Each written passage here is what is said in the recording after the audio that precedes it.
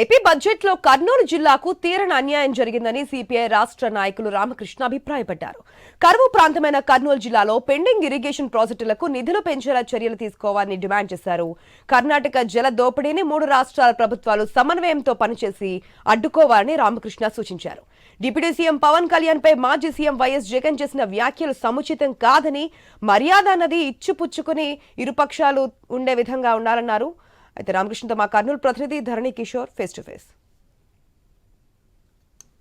కర్నూలు జిల్లాకు తీవ్ర అన్యాయం జరిగిందని, అలాగే నిన్న ఢిల్లీలో ముఖ్యమంత్రి చేసిన ప్రకటన జనాభాకు సంబంధించిన అంశం మీద వాళ్ళు కీలక వ్యాఖ్యలు చేశారు. సిపిఐ రాష్ట్ర నాయకులు రామకృష్ణ ఈ అంశాలకు సంబంధించి ఆయన అడిగి తెలుసుకున్నాం.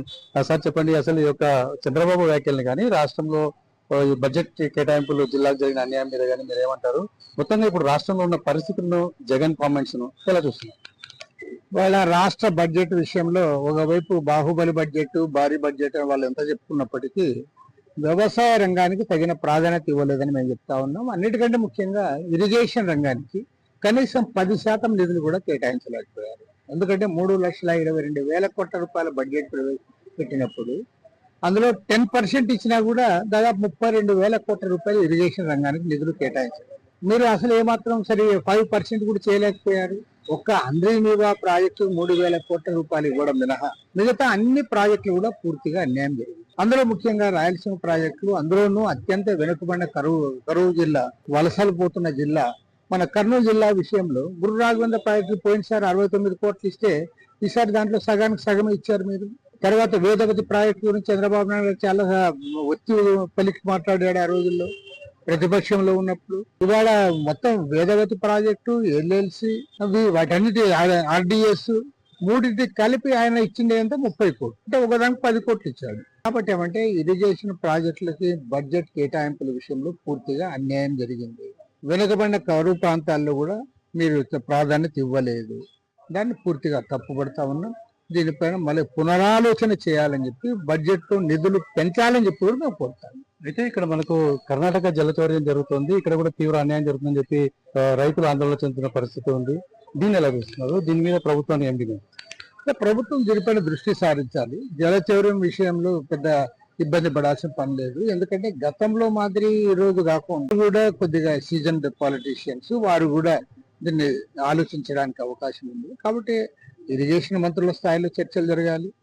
వాటిని ఏ రకంగా వినియోగించుకోవాలి, ఏ రకంగా మనం సఫలీకృతం కావాలి, ఏ రకంగా సద్వినియోగం చేసుకోవాలి, సాగునీరు ఎట్లా పెంచుకోవాలి, ఆయకట్టు ఎట్లా డెవలప్ చేసుకోవాలి అనే దానిపైన ప్రభుత్వానికి ఒక స్పష్టమైన అవగాహన ఉండాలి. నేను అనుకుంటున్నది ఏమంటే చంద్రబాబు నాయుడు గారి ప్రభుత్వం అధికారంలోకి వచ్చిన తర్వాత ఈసారి సాగునీటి రంగానికి ప్రాధాన్యత ఇస్తాడు. గతంలో జగన్మోహన్ రెడ్డి ప్రభుత్వం కంటే భిన్నంగా ఉంటుందని చెప్పి నేను భావించాను. కానీ తీరా చూస్తే ఇవాళ బడ్జెట్ కేటాయింపులు చూసిన తర్వాత ఇవాళ ప్రజలందరూ కూడా నిరాశ చెందుతూ ఉన్నారు. ఎందుకంటే బడ్జెట్ లో నేను ఒక ఉదాహరణ చెప్పగలను. గురు రాఘవేంద్ర ప్రాజెక్టు పోయినసారి 69 కోట్ల రూపాయలు కేటాయించారు. ఈసారి దాంట్లో సగమే కేటాయించారు, సగమే. దీన్ని బట్టి మీరు ఏం సిగ్నల్ ఇవ్వాలనుకున్నారు?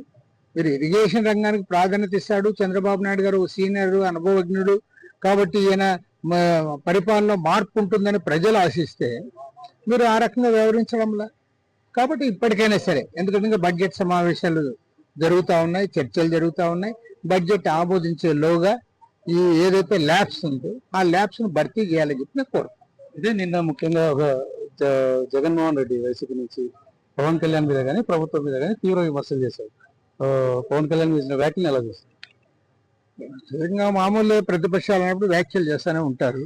బట్ సహజంగా జగన్మోహన్ రెడ్డి తీవ్రంగా స్పందించాడు. అంటే కార్పొరేటర్ కు ఎక్కువ, ఎమ్మెల్యేకి తక్కువ అని ఆయన అంటే, కౌంటర్ గా కోడికత్తికి ఎక్కువ, గొడ్డలికి తక్కువ అన్నట్టుగా ప్రతి విమర్శలు జరుగుతున్నాయి. అంటే ఇది ఓవరాల్ గా ఎలా చూస్తారు ఈ పొలిటికల్?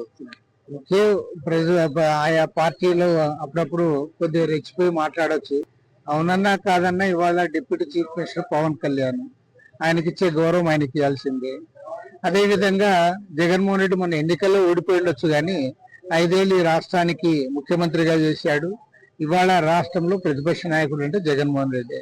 కాబట్టి ఏమంటే వారు ఆయా సందర్భాల్లో కొద్దిగా విమర్శిస్తూ మాట్లాడినా, కించపరిచేటట్లు మాట్లాడినా అటు జగన్మోహన్ రెడ్డి కానీ ఇటు పవన్ కళ్యాణ్ కానీ మనం తగ్గించడానికి అవకాశం లేదు. ఎందుకంటే ప్రజల్లో ఆల్రెడీ వాళ్ళు ముఖ్యమంత్రిగా ఒకరు చేశారు, ఉప ముఖ్యమంత్రిగా ఒకరు ఉన్నారు కాబట్టి వారికి ఉండే గౌరవం వారికి.